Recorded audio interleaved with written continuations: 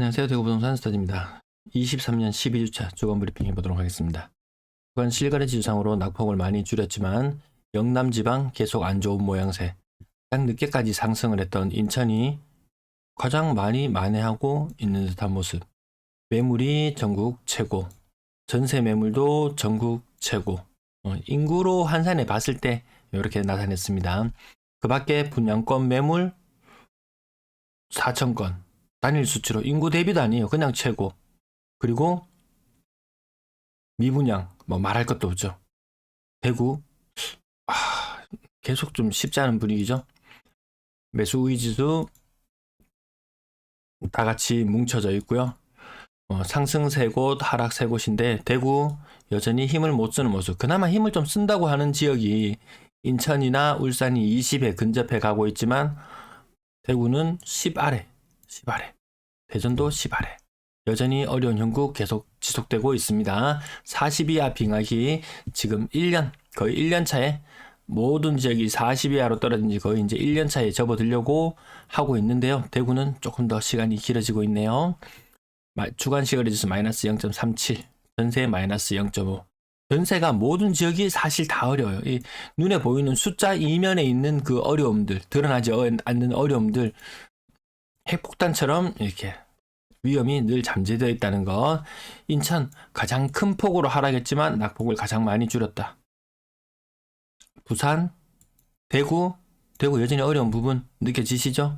자, 전세 가격 지수도 대구 여전히 어려운 국면. 광역시 중에서는 울산과 맞먹는 정도의 수준을 나타내고 있다. 하지만 많이 하락했을 때 비해서는 많이 만회했지만 이게 끝이 언젠지 모르겠어요. 세종시 1년 거의 10개월 만에 거의 뭐 한 2년 정도 만에 주간 실거래 지수 플러스로 돌려 세웠는데 그것이 지속성 여부도 약간 불투명하긴 합니다. 지속성 여부가 약간 불투명한 상태. 전세에 갈 길은 너무나도 멀다. 주간 신고가 비율 지금 올라가는 지역들 속속 나오고 있어요. 왜? 이거 2021년도에 입주했는 아파트들 지금 이때는 뭐 22년, 21년, 22년 막 이때 분위기 좋았기 때문에 안 팔았다가 그런 것들이 팔리면서 그런 것들이 신고가가 나와요. 혹은 2022년도에 입주했는 아파트 이런 것들이 신고가가 나와요. 신고가 크게 의미 둘 필요 없는 정도의 모습. 꺾였다라고 이야기할 때 제가 매매 거래량이 주간 거래량이 꺾였는데 그 표가 지금 한 개 좀 덜 나타났네요. 부산도 그렇고 대구도 그렇고 주간 거래량이 꺾였다라는 부분 좀 주의 깊게 봐야 됩니다. 매매 거래량 1월 달과 2월 달 비교해 보시면은 대구 지역 거의 2배 약간 못 미치는 정도 수준.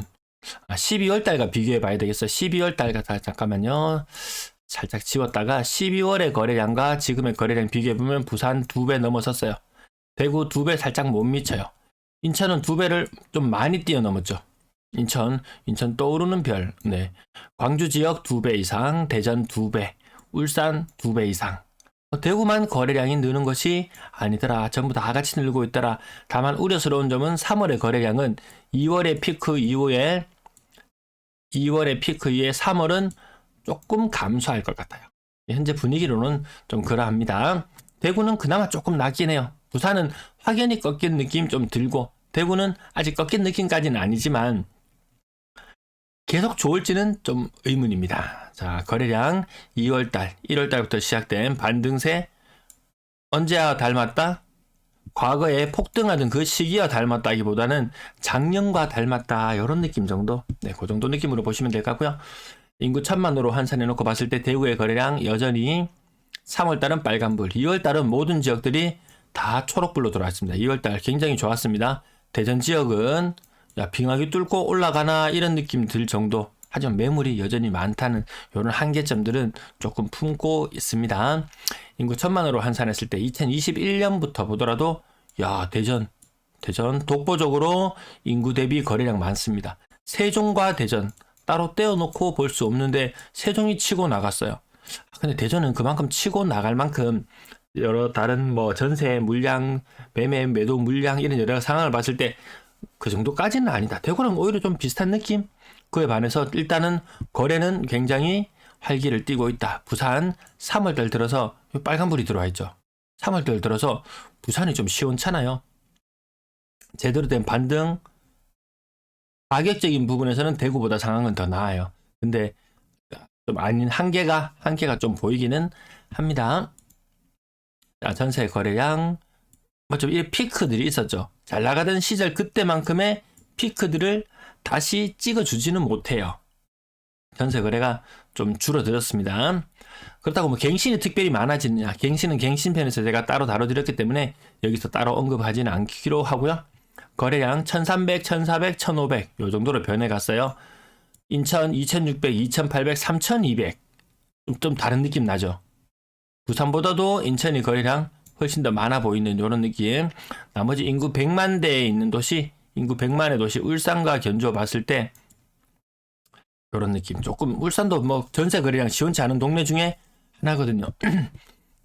전세 거래가 얼마나 활발한지 한번 비교해 보니까 광역시 중에서 별로 활성화되어 있지 않다는 느낌. 인구 이동이 그렇게 많지 않다는 느낌. 이건 뭐 이 사업체라든지 이런 관련된 업종에 종사하시는 분들의 입장에서 봤을 때는 대구 지역 정말 많이 어렵구나 이렇게 느껴지는 시기네요.